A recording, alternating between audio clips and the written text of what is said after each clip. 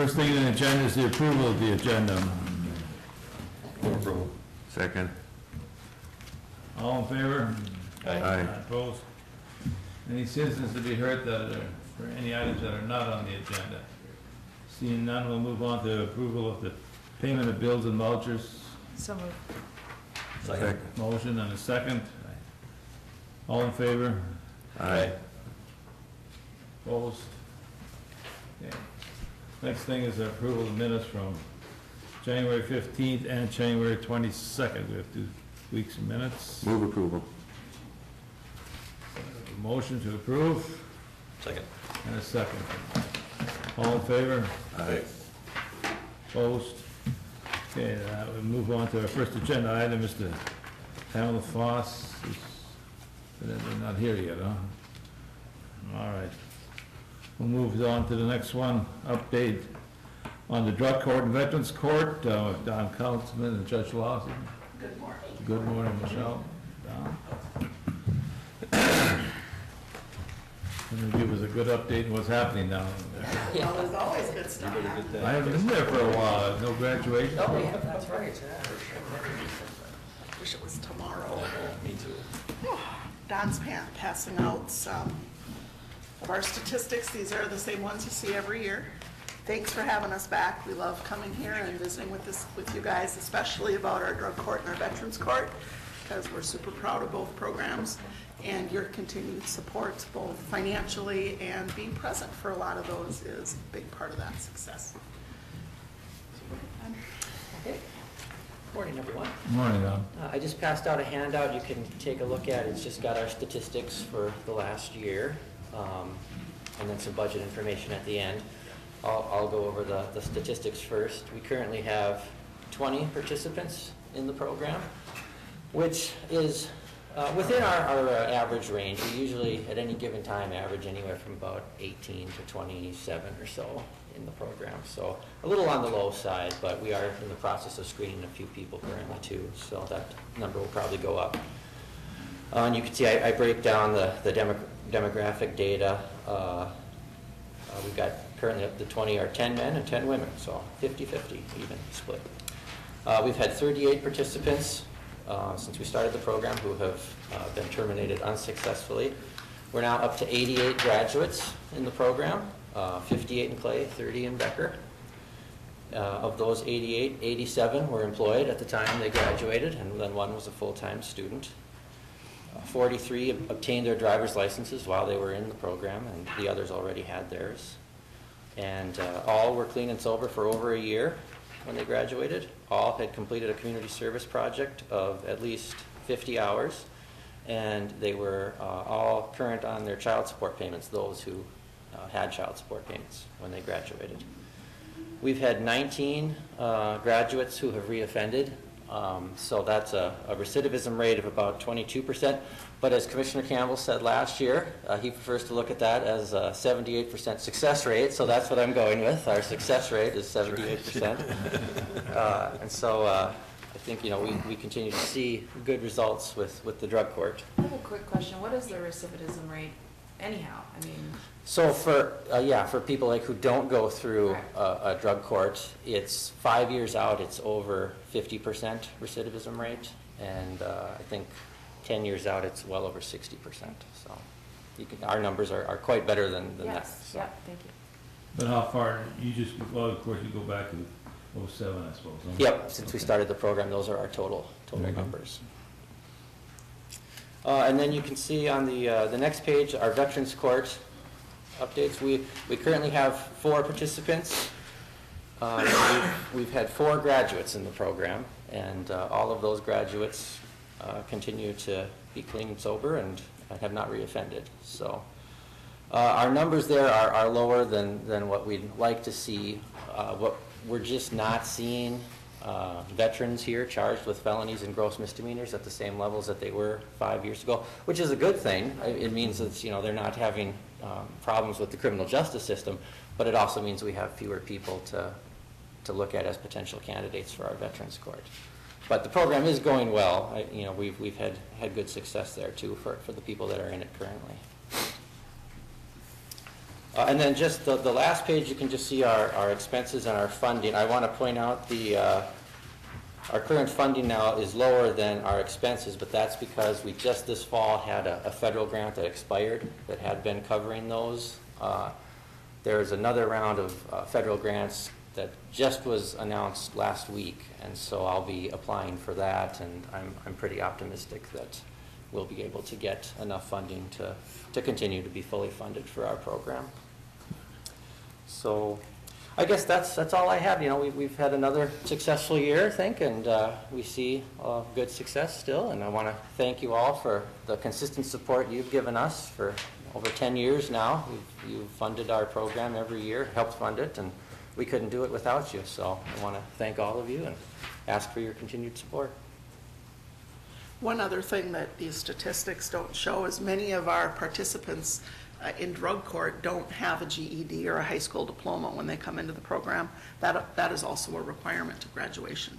And we have several participants now really, really working hard on that GED. And I'm just telling you what, it's a tough battle. But as they pass different phases, they come into court and are so proud, and you know, they grumble a lot about it in the beginning, but that educational piece is something that we really, really push in our program, because the whole idea is to set them up to be successful once they graduate. And so that's a fun thing to see too. I know you've given us a report here, you know, gives the people who are watching, you know, some sort of idea what's going on there, you know, but, you know, attending those things, I mean, that is just a lesson to be learned. It's just, I sit to the side because I don't want any people to see me cry, but it's just, I mean, it just brings tears to your eyes sometimes when you hear the reports, what they went through, what they've done and stuff like that. So it's, yeah, I mean, it's something for people to see. And then I think some people that are not aware of it, I'm glad you're coming forward with a report showing how good a program it is. Yeah, Frank, I don't think you've missed a single graduation since I've been the judge. So. Well, you get pizza and cake. Yeah. Wow, now everyone's going to come out and they know there's pizza or cake involved. No, it's just a great deal. It really is something that people in Clay County got to realize, you know, what are the services that we do? I mean, look at how many kids that, well, people that we've helped through this thing already. You know, it's just great. It is. Yeah. And they're dollars that come back multiplied, because it's kids that aren't in foster care, people that we're not supporting in prison, folks that aren't going out and reoffending and sitting in our jail. I mean, just the savings, you just can't even substantiate what those savings are. You're giving us a report how much it costs, you know, but you don't give us a report how much it saved, you know. Priceless. You know, I mean, you saved us a lot of money, you know. Yeah. Yeah. Thank you for that. Yeah. Anybody have any questions? And you all get those invitations all the time for the graduation, so whenever you're around and available, we love for you to come. And Yeah, they're typically on Wednesday afternoons. They and are. And that conflicts with another committee that I have to yeah, serve on. it's a tough one for some, but yeah, Thank you. very good. Thank you very much. Thank you for your support. Have a You great bet. day.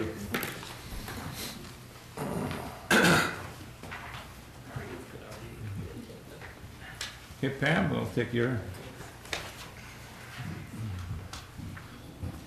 Good morning. good morning, Pam, and you're looking to fill some vacancies? Yep, we have had one vacant, well, it's actually was a promotion. One of our criminal attorneys moved into the chief civil position, which is good because now our civil division is full.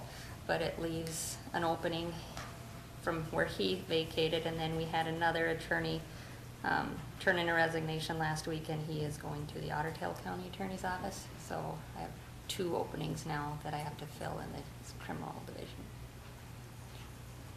Okay. So, on all this, what's our staff down there compared to what it was 5 months ago? Is it, I mean, are we less down there? Are we Yes. more? We're less. We're less now, Yes. huh? Well, fully staffed, there's 8 criminal attorneys. I have 3 right now. There's usually 3 civil. We have 3 civil now. So we usually have 11 attorneys, and we have 5 right now, Okay. or 6. We do have Heidi Davies is filling in temporarily as a roster. She's going to work about almost, well, 19 hours is what she can average. She's been working a little bit more, filling in, covering court and stuff for us. But that's just temporary. She's got another job waiting, so I know when she gets that set up, she'll be out, and, so we have, yeah, we're down. Because I know we had a lot of backlog down there and stuff like that, but now that we transferred some stuff to Moorhead, do we still have the backlog, or we? We do because we don't have the staff right now. Okay. We have one criminal person starting March 1st, we have another one starting March 11th. So then we will be down basically Brian's position till he gets back, and then these two that I'm asking to fill. Okay. All right. And both these were in that revised budget, right? Yes, yep. I'd move approval of the request. We have a motion to approve the request for hiring of 2 attorneys, Second. and we have a second. Any discussion on that? All in favor of the motion? Aye. Opposed? Motion passes. Okay. Thank you. With that, we'll move on to Julie Savak and James McDonald and with the food service contract.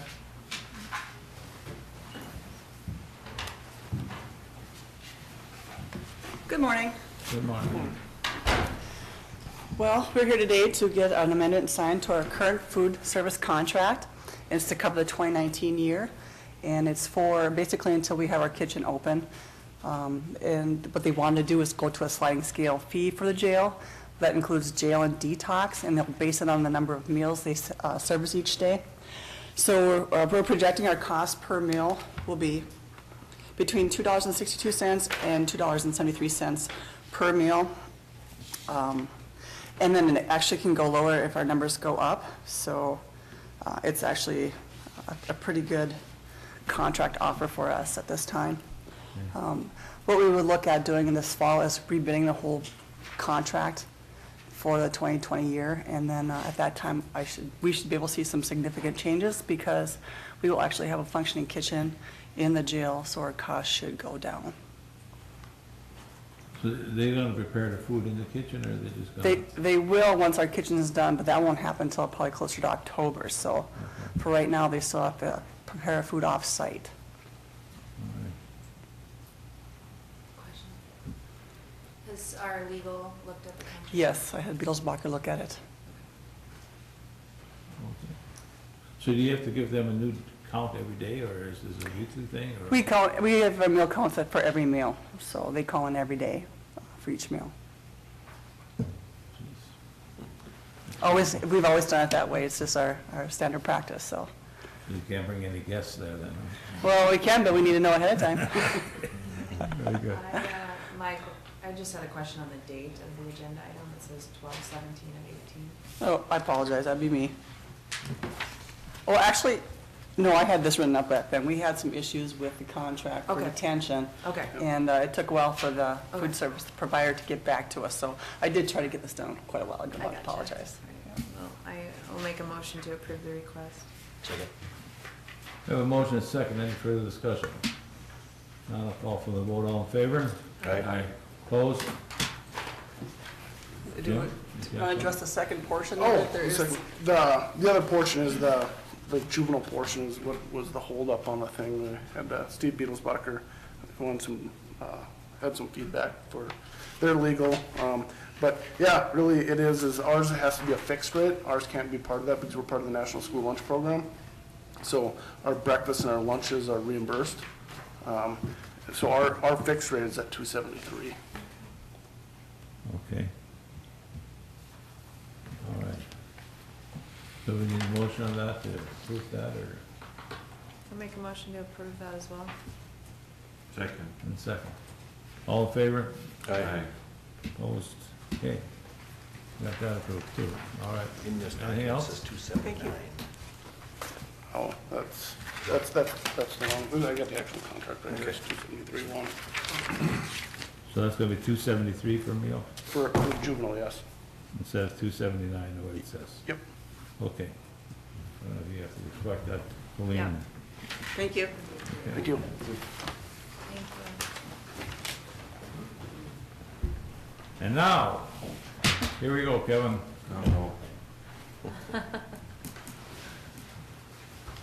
Something everybody wants to know about. Good Morning, morning, Kevin. Morning, everybody.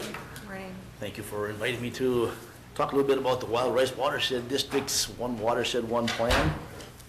They were approved for funding last year to pursue basically similar to what the Buffalo Red River Watershed District is doing, a One Watershed, One Plan project. And basically it would be looking at doing comprehensive water management over the entire watershed district. So that would involve 5 counties in this watershed plan. You would have Clearwater, a little bit of Clearwater, Norman County, Monoman County, Polk County, Clay County, and a little bit of Becker County. So there's a number of us that are working together on this, similar to what the Buffalo Red is, but that's the southern part of Clay County. And right now, they're at the process of getting a memorandum of agreement signed, and basically that's wanting to work together with counties, watershed districts, and SWCDs. So, like I said, it's very similar to what the Buffalo Red already has established. They're about a year ahead in the process, and presently the SWCDs were asked to bring it to our county boards to review, and if there's questions, or the recommendation was to have the county attorney take a look at this first. So before Steve Beetlesbacher left, I had him take a look at it back in January, and he had a couple comments that which have been incorporated into the agreement. Basically, he wanted the page numberings didn't match up with what should have been, so those have been changed. And also, he wanted to add a termination date on there, so that has been incorporated into the agreement as well. So other than that, establishing some committees is what we will be doing. Presently, there's a steering committee of which I sit on. They will be asking for county board representation to be on the policy committee, very similar to what the Buffalo Red, and I think both Commissioner Mosho and Commissioner Gross, you both are on that one. I'm not sure if Commissioner Gross is going to be designated. I know your name is on the agreement right now. I'm part of that meeting. And 8 is nice this time of the year anyway, so that's where the meetings are held. And that's periodically. The policy committee will not meet as often as some of these steering committee. So like I say, the policy committee, there's a steering committee, and then an advisory committee also is in the process of being formed. And at the Buffalo Red Watershed District's One Watershed, One Plan, we have our Pheasants Forever representative, Tony Nelson, sits on that, and our Water Resources Management technician, Lynn Foss, sits on that. They both will be representing us at the Wild Rice as well. And they are looking at somebody from the county that would be a technical advisory individual if you guys would want to pursue something to that effect. It's not mandatory, but it's just a recommendation to have, I guess, more heads in. Highway department type? Well, highway department, I've talked to Hallie Durand a little bit about it too, being she is kind of county planning, and she has come to a meeting at the Wild Rice, or at the Buffalo Red. They had a public meeting, open house in January. She came to that, and I have included her in a couple of the emails that have gone around. I'm not sure if I've never pursued, I figure that's your job if you want to have somebody attend. And nothing says that they have to attend every meeting. I think there may be more pertinent meetings that would be, maybe something would be of more interest to her. That's entirely up to you. But presently, right now, like I say, by March 6th, they would like to have the agreement signed. My board has signed it already with the changes. And I guess at this stage of the game, if one of the board members here would sign, and I think we're looking for Steve's signature as well on this. So, like I say, it's basically same thing that the Buffalo Red has already in place. So. The only comment I have, that sometimes if you don't attend all the meetings, I mean, you got an advisory committee, policy committee, and I think there's one other committee. Steering committee, yep. Yeah, you know, if you don't attend all the meetings, you come in on one committee, you don't know what the other ones are doing. And that is definitely something they have at the Buffalo Red anyway. Like I say, they're a little further along in the process. What they are, kind of recommending, not saying that you have to be there, but if you would come to the morning session, typically that's where the steering committee or planning committee, they call down there, and hear what goes on in the morning. And then the policy committee, of which you folks sit in on, those are just things that we discuss stuff in the morning. It would be beneficial to hear that morning session. So right now, the Buffalo Red has lots of meetings going on because they're a little bit behind the 8 ball as far as trying to get things done by the end of this year. But yeah, I agree. I think there is something missed by not coming to those, kind of the planning meeting to hear. I mean, you guys are making policy on things that you maybe haven't heard what's all the discussion. Yeah. So I know the door is open to come whenever and whenever you can make it, but I know that is kind of a gap in the system, I believe also. So I guess, I mean, I'm not opposed to that. I just want to how was it all set up in the beginning? I mean, I realize the Buffalo, I don't know who set it up, you know, I don't know, I mean, why do we set up all these committees, you know, and it's It's just. kind of, the Board of Water and Soil Resources is kind of the governing agency that funds are applied to, and that's how these watershed, one plans are arrived at.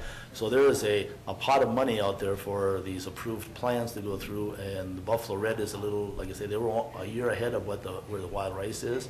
And in their rules, that's kind of how things are set up in the agreement. It basically talks about the establishment of these committees, and definitely I see what you're saying, that, you know, the policy committee takes the recommendation from what the planning or steering committee is bringing forward. But I think for you to discuss what went on in the morning without being there, that's hard to do. So, like I say, and I know you folks don't need another meeting to go to, but with the Buffalo Red and the Wild Rice kind of going at the same time, there's lots of Yeah, meetings. it's not so much going to another meeting, but, Yeah. I mean, is it an extra meeting that people don't need to do, you know? Whatever, okay. It's set up that way, and I guess we're gonna go with it, you know, but that's. Right, yeah. Okay, so, all right. So what do we need here? We need approval to go and sign this Right, agreement? basically be signing the agreement to be a partner in this venture. Okay, we got any questions on that, or? I'll make a motion to approve the MOA. Okay, we have a motion and a second. Any further discussion? And this has gone through our legal? Like I say, Mr. Yes. Beetlesbacher went through it previously, and January 10th, he sent comments back, and they have been incorporated into the agreement. And so- I believe I was copied on those emails as well. Okay. I just want to say that while there are a lot of meetings that Frank and I are making sure we're trying to go to, it's, you guys are the technical geniuses there, and so Frank and I sometimes sit in those and think, man, we can't really offer a whole lot, but you're, along with the Buffalo Red, have really helped with different tips and critiques to shape this into what we need it to be, and so thank you for doing that. Well, I appreciate that, thank you, but it's, you know, from going from each county having its individual plan to basically going, you know, watershed wide to incorporate, I mean, it's a huge venture. What I'm finding is that not only is there lots of meetings, but there's a lot of people that want to have something to say, because we've got MPCA, you've got DNR, you've got Fish and Wildlife, you've got a whole slew of agency folks that are attending the advisory committee meetings. So right now, the issues are some of the things that we're discussing, trying to prioritize right now. And that's what the open house that they had in early part of January, we had the general public there to voice their concerns. What issues do you see, and what issues do you see coming down the road that you'd like to see in this water plan? So it's kind of where we're at right now. So like I say, the wild rice is just getting rolling here. So this will kind of start kicking off your involvement in there. So Yeah. so I see you got the, okay, with Wild Rice, I think this meeting is March 6th. March 6th. President, Yeah, yep. okay. So if you have any designee that you want to, you know, ask to be on the advisory committee, they're just asking to have that selection made by February 27th, so that's not so far away. You know, I guess, think so. to have, just to continue to either copy Hallie or Highway on that, Okay. and, you know, they can also use their discretion when they want to attend those, but I think to have their input on that would be fine. Okay. I will- Remind me I can do again, that. did we do that with Buffalo? I don't think that was, you know, and I don't remember, I never came to you folks with this same thing. I think Bruce Albright maybe was the one that Right. had sent this. So things are run just a little bit differently at the Wild Rice. So right now, Really? what I'm seeing right now is that the Wild Rice is putting a lot more of the workload on the SWCDs to Okay. carry the ball, good or bad. But like I say, the things are just run a little bit different in Okay. both Well, and I watersheds. think to have those two departments be at least on the email chains, because then, you know, if they want to go to Ada, they can, but they're Right. also more in the loop. Right, and like I say, I think those would be the two choices that I think those departments would be good to have some representation, or at least have a say in there when there's, you know, item pertaining to them that might be of interest, so. Well, I think it'd be good to have some sort of representative on there, just to I do. let us know what's going on there. Yep. You know. And, I mean, you know, 'cause for I us to think- go up to a meeting, policy committee and Sure. meeting and say, okay, yeah, I vote yes, or vote Right. no, it's Right. on what basis? And if you want, you know, we are attending quite frequently, so if you want, you know, us to come in and give updates, we're happy to do that too, so. you know, if, what I'm seeing is that like I say, the Buffalo Red is a little bit behind the 8 ball right now, so we've got meetings, I've been going to probably 2-3 meetings a month with them, so it is definitely time consuming, but it is part of our job, I guess, so. And I was just gonna continue on what Jenny had said about what you're doing with this one watershed, one plan, you know. I mean, not only that, but the buffer program, I mean, we really depend on the soil, and you guys are doing a great job in that buffer program and this there too, and it's just, thank you so much for being there. I mean, You're there welcome. again, Thank it's you. another situation, I think, that people sometimes aren't aware of what's going on, and it's just, thank you for being there. Okay, we welcome. got, Thank you. anybody else? Any further? We got a motion to approve this memorandum of agreement, all in favor? Okay. Opposed? Okay. All Thank approved. you. Thanks, Thank you. Kevin. Is it tree week? Last week. Last week was tree week. Did you get a good turnout? Well, fair, it isn't like it used to be. It's hard to think about trees when it's. 3 feet of snow out there, I understand, yeah. But that was last week. Yeah, we had a few people show Thank up. you. Thank you. Okay. I guess with that, we'll go on the committee reports. Is there anything else that, going on that we need to know about here? I guess not. See people coming and going. Jim, we'll start with you. What do you do? Okay, thank you, Mr. Chairman. On Tuesday through Thursday, I, along with the other commissioners, we all went down to St. Paul to attend the County Association of Minnesota Counties Legislative Conference at the Capitol. And we went to the Capitol and went to various legislators and policy people with that day of the legislative conference. And then on Thursday, we attended our policy group meetings, and I had a joint meeting with with Commissioner Wayland with the Public Safety and Health and Human Services, and we had a meeting. The topic was competency restoration for defendants that have not been charged because they're mentally incompetent, and it's against the law to prosecute them until they have been deemed that their competency has been restored, and that's what the meeting was all about. And that's my whole report. Kevin? All right, last Tuesday, we had highway tracking meeting, and on that, we went over the township contracts and the township maintenance contract for the proposal for the year 2019-2020 will decrease $12 per mile based on our I think 11. actual, yeah, I think it's going to be 11. We're going to, with the rounding, it's going to be 11 instead of 12. But so that's should be encouraging news for our townships. And that meeting is going to be this afternoon, right? Thursday. Or Thursday with the, yeah, and I have a conflict with 2:30, yeah. that, so, well, I might show up late, but. And then we did talk about some new local road improvement projects that we might try to submit, or that Dave is going to maybe look at submitting along with some local jurisdictions. That those applications have to be in by March 1st. One of them that's been requested is the project in Sabin, or paving Osborne Avenue, and another one is in Glendon, the 7th Street extension, and then the county is looking at an application for CASA Highway 23 overlay. There is still some ongoing discussions regarding the local road improvement project with Oakport Township. They still do not have a signed MOU, but that they are still in the process of trying to get that negotiated.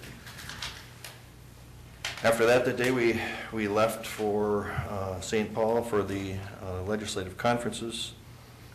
On Wednesday, we had several meetings, but Commissioner Wayland and I were primarily dealing with meetings with the Corps and the DNR, and that took up a significant part of our day. We did have a very good meeting, I thought, with the DNR that Wednesday afternoon.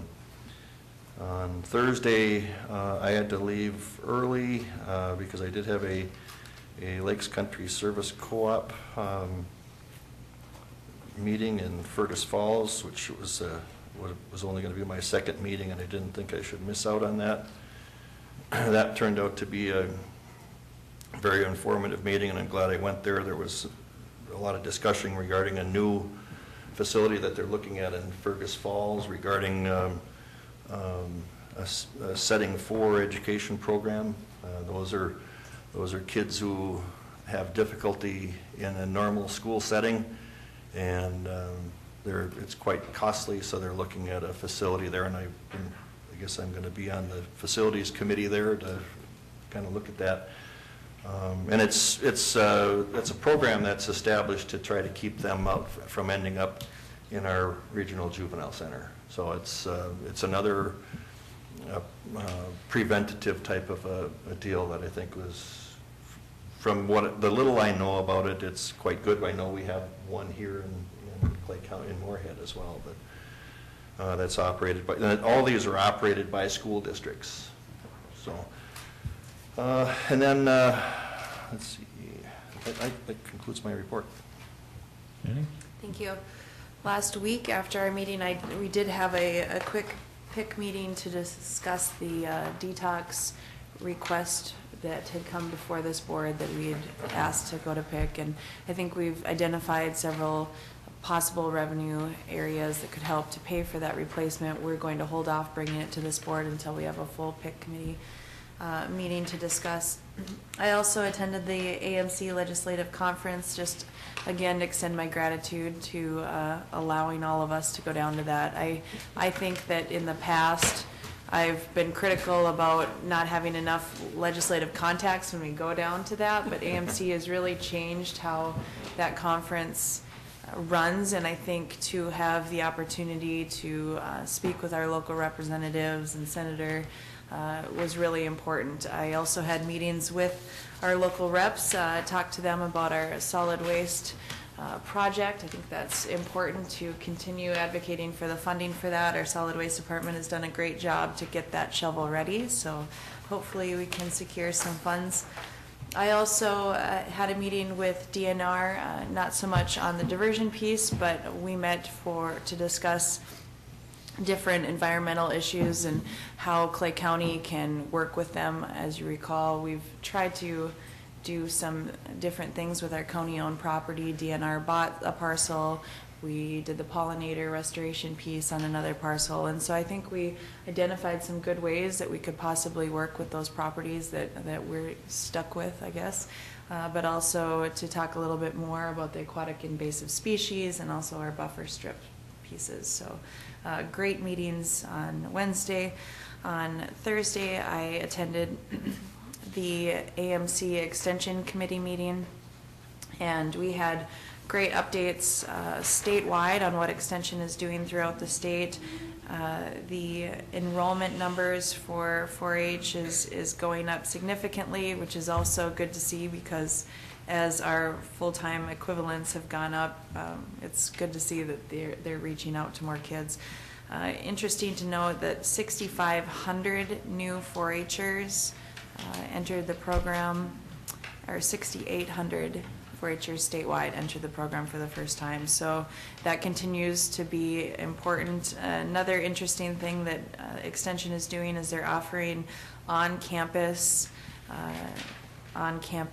college days for junior high kids. So oftentimes if a kid gets to high school, they've decided if college is attainable or not, and so the hope is to allow them the opportunity to get on campus, ask some questions, and help them feel like maybe they could do college. So that is my report for that.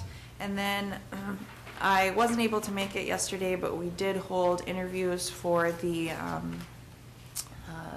law librarian, and so I believe that within the next day or two a job offer will go out there. But that concludes my reports, but I just want to say that Clay County and Moorhead lost a champion this week, and Lynn Kovash was instrumental in helping shape what the jail was in terms of access. The school districts had lots of concerns for Robert Asp being across there, and so I think we collaborated on that.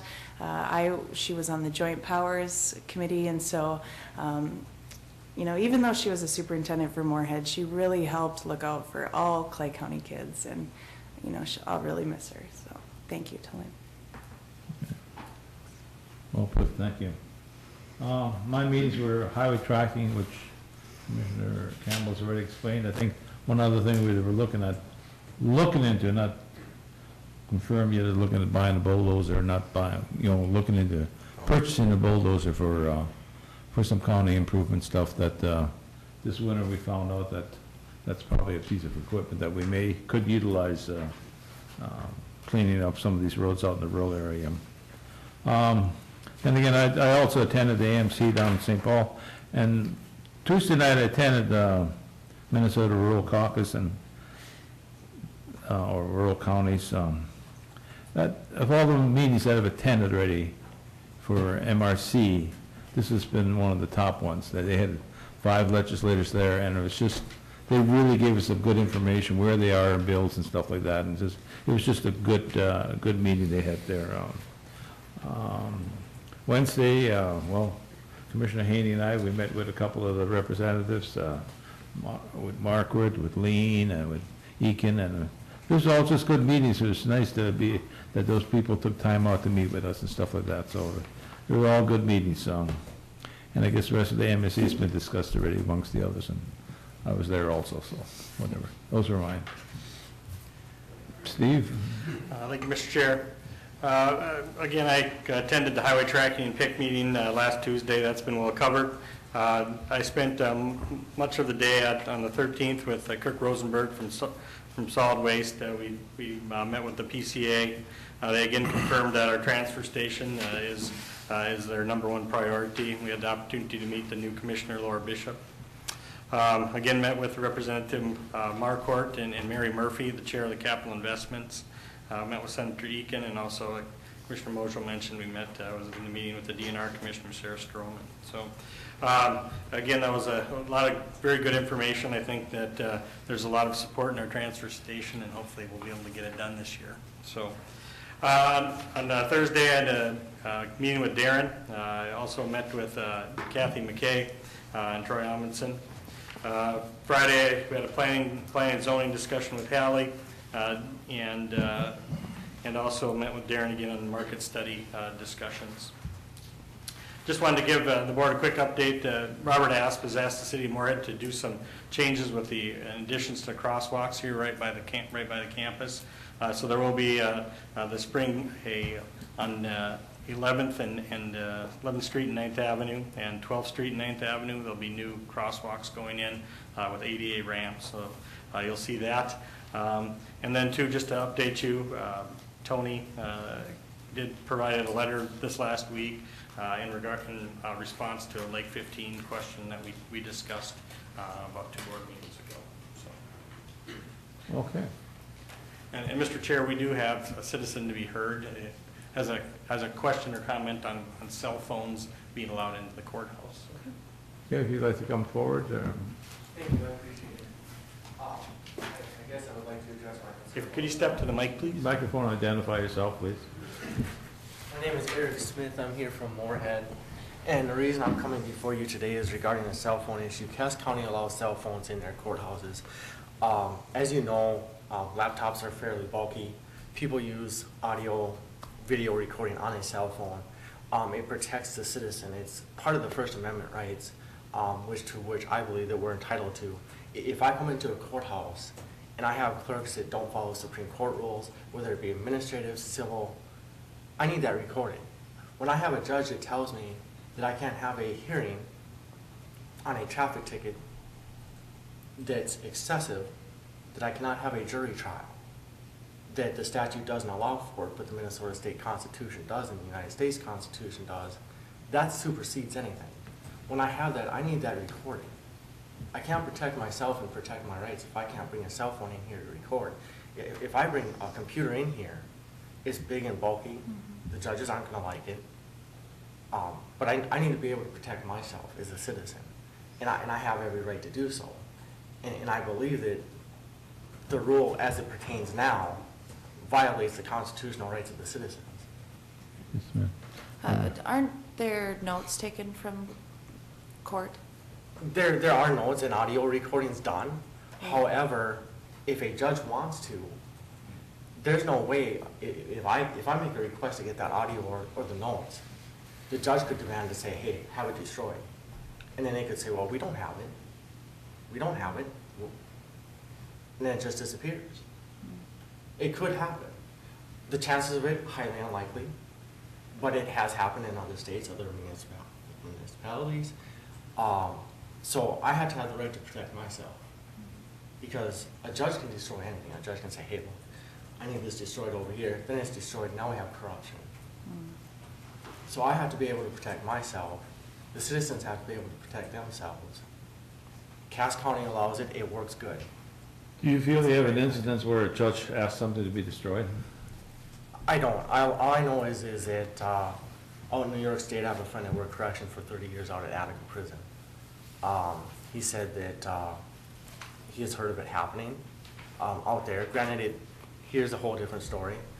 But it's the fact of it is, the fact that it could still happen is still a risk that I'm not willing to take. I have the right to come in here, bring my cell phone, record, whether it be audio, video. It keeps everybody in check. It keeps everybody honest. It works good in Cass County. It works for them. The system seems seamless, and you're protected at the same time, and your rights are protected. And I think that's important. I think the minute that we start stepping on people's constitutional rights is the minute we begin having problems. And I don't want to have those problems for the citizens, or even for myself, for that matter. And that's why I came to the board today. Okay. Okay. I think that's a rule that the judges have imposed on us. Yeah, so it's really not something that the county board initiated. It's something that the judges have imposed us to do, so. So I think it's, the judges have to change that policy. Is there an order by a judge that demands that you ultimately impose that rule? Have they made an order? If so, it's unconstitutional. There's not a demand. I believe it's a request that they've made just because it's become a distraction in terms of cell phones going off and whatnot. My other question is, can you have a handheld recorder? You could. It seems like a way to get your own audio recording and save that with also working with the courts. But those recordings on the handhelds are limited. It doesn't have the capacity. Some of these phones have, up to a terabyte of memory. If you've looked at the new Samsung coming out, it has a whole terabyte of memory. It's a lot. You do a lot of recording compared to a little handheld device that could run out of time in 10 minutes. All right. Anything further? No, I don't have anything further. I thank the board for its time. Like I say, I think once we start intruding upon people's constitutional rights, I think we have a problem. I think it's something that needs to be addressed. We have constitutional rights in this. It applies to the states. The Supreme Court has made it very, very clear that the amendments, all the amendments in the Bill of Rights apply to the states. Well, I think so many situations that come up, let's go back 20, 30, 40 years, before cell phones, how did we take care of things then, it's just, they were recording and stuff like that too then. It was a whole different society. Yes, it was, So we can argue that all day. Now that we have cell phones, they came up with new policies, and those are the ones that we're following right now in the county, so if the judges want that, that's what we're gonna be doing, so. Okay. I would strongly disagree. I think it intrudes on the constitutional rights. I think that people have a right to bring their cell phone in, record, use audio, video to protect themselves. Like I say, once we start trampling on people's constitutional rights, I think that's a big, huge issue. And I think it's something that should not ever be done or exercised. Okay, but I think that's something for the courts to decide again, and not for us to decide, so. Thank you for your. Thank you. Could you get his name for the record? Eric Smith. Correct. All right, thanks, Eric. Thank you, Eric. Anything further to discuss? Not, we're adjourned.